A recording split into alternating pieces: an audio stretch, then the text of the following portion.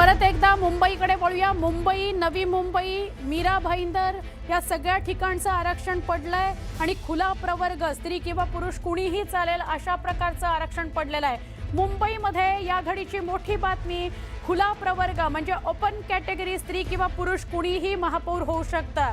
मोठी बातमी आहे या घडीची। मुंबईकडे अख्ख्या महाराष्ट्राचं लक्ष लागलेलं आहे। आर्थिक राजधानी आहे आणि मुंबईला खूप प्रतिष्ठेची महापालिका केलेलं होतं सगळ्याच पक्षांनी। त्यामुळे मुंबईमध्ये नेमकं काय घडतं, एखादा SC ST प्रवर्ग पडतो का आणि मग तो पडला तर त्या प्रवर्गाचं कोणी नगरसेवक निवडून आलेलं आहे का, असा प्रश्न सगळ्या पक्षांना मुंबईमध्ये पडलेला होता। मात्र मुंबईमध्ये खुला प्रवर्ग ओपन कॅटेगरी स्त्री किंवा पुरुष कोणीही महापौर होऊ शकतं।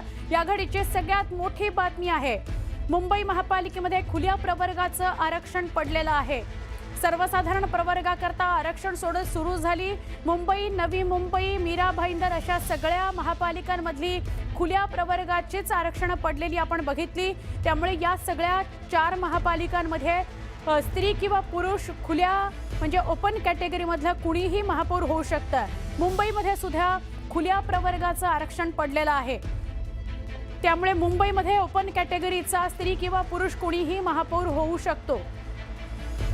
आता आपल्याला महापौर पदाचे दावेदार कोण आहेत ते सुद्धा पुढच्या काही वेळांमध्ये स्पष्ट होईल।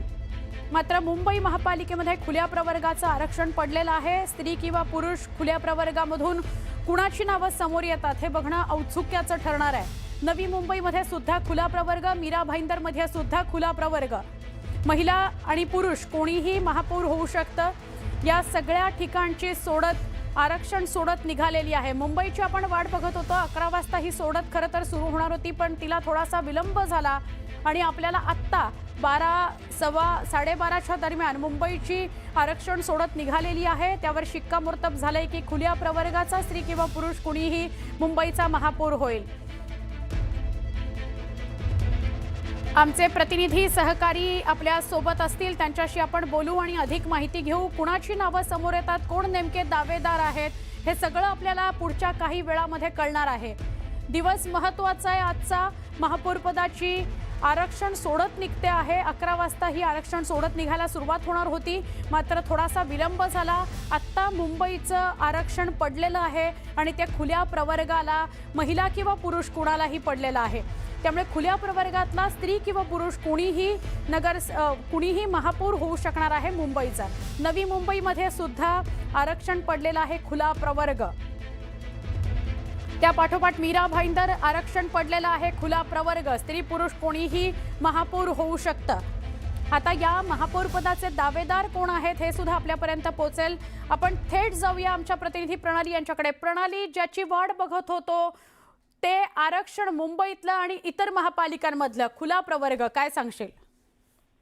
मुंबईमध्ये जर आपण बघितलं तर एकूण आत्ताचं जे आरक्षण पडलेलं आहे त्या आरक्षणामध्ये खुला प्रवर्ग आहे आणि त्या खुल्या प्रवर्गामध्ये भाजप आणि शिवसेना या दोघांकडेही बरेच उमेदवार आहेत।